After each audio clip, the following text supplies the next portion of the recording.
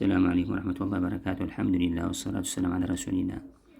Sabahımız Muharrem ayının yani Aşura gününün artıqçılıqları.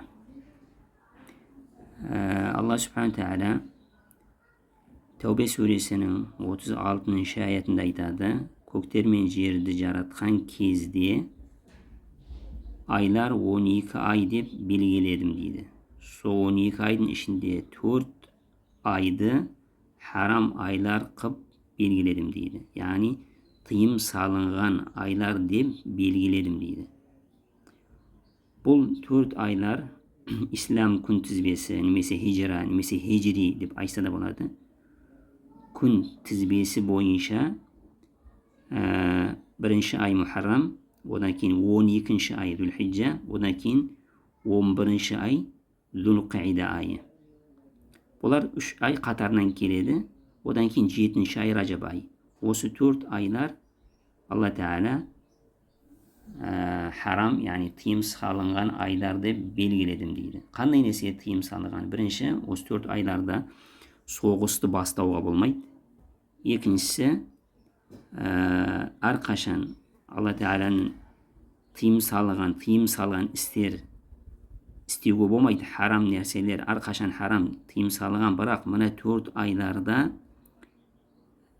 tıyım salған істерді қатаңырақ tıyım salған екен. Осы 4 aylarda. Жаңа айтқандай, İslam күн тізбесі немесе хижра күн тізбесі Umar radıyallahu anh әмір мұсылмандарға басшы болған, әмір болған кезде қойылған күн тізбесі. Yani Araplarda күн тізбе болмаған, бір уақытты белгілемеген, тарихтегі болған оқиғаларды жазу үшін күн тізбе белгілемеген екен Арабтар. Пайғамбар саллаллаху кезінде де болмады, Абу Бәкірдің басшылық кезінде болмады. Умар радиаллаху ан Пайғамбарымыз саллаллаху Мәкка қаласына, Мәдина қаласына қоныс аударғаннан кейін 16-шы жылы осы хижра немесе İslam күн тізбесін белгілеген екен. Пайғамбар саллаллаху Мәкка қаласына, Мәдина қаласын қоныс аударған жылды белгілеп қойған екен. 12 айдың бірінші айы Muharrem ayı болып саналады. Muharrem ayı артықшылығы жайында Пайғамбарымыз саллаллаху айтады: Рамазан оразасынан кейінгі ең абзал ораза Алланың айы Muharrem айдағы тұтылатын ораза деп бізге айтып кеткен хадисі бар екен. Yani Ramazan ayından кейінгі ең абзал ораза, ұсталатын ораза осы Muharrem ayında ұсталады екен. Одан кейін бұл Muharrem ayының бәрін ұстаса болады. Бәрін ұстамаса да, қанша көп ұстаса сонша жақсы. Бірақ Muharrem ayının ішіндегі ең абзал ұсталатын күн ол да Aşura күні. Aşura yani 10-шы күн деген мағынаны білдіреді. Aşura күнінің оразасын ұстау бір жылдың күнәсі кешіріледі, және де бір жыл ораза ұстағандай сауап беріледі екен. Aşura күні қандай күн? Aşura күні Musa алейхиссалам қауымын Египеттен Фирауынның зұлымынан алып шыққанда, Египеттен алып шыққан еді түнде. Сөйтіп Фирауында хабар жетті, олар шыққаннан кейін хабар жетті Фирауынға. Ол да әскерлерін алып, арттарынан қуып қайтарым деді. Сөйтіп Musa алейхиссалам қауымы Қызыл теңіздің алдына келді. Сөйтіп ары қарай жалғастырамады, жүре алмады. Алла Субхану Тағала Musa алейхиссаламға таяғымен теңізді ұрды, теңіз екіге бөлініп, теңізден өтті. Фирауын да сол кезде жетті. Ол да теңізге әскерлермен кіргенде теңіз жабылып, сол жерде Фирауын мен әскерлері қырылды. Сол күн Aşura күні екен.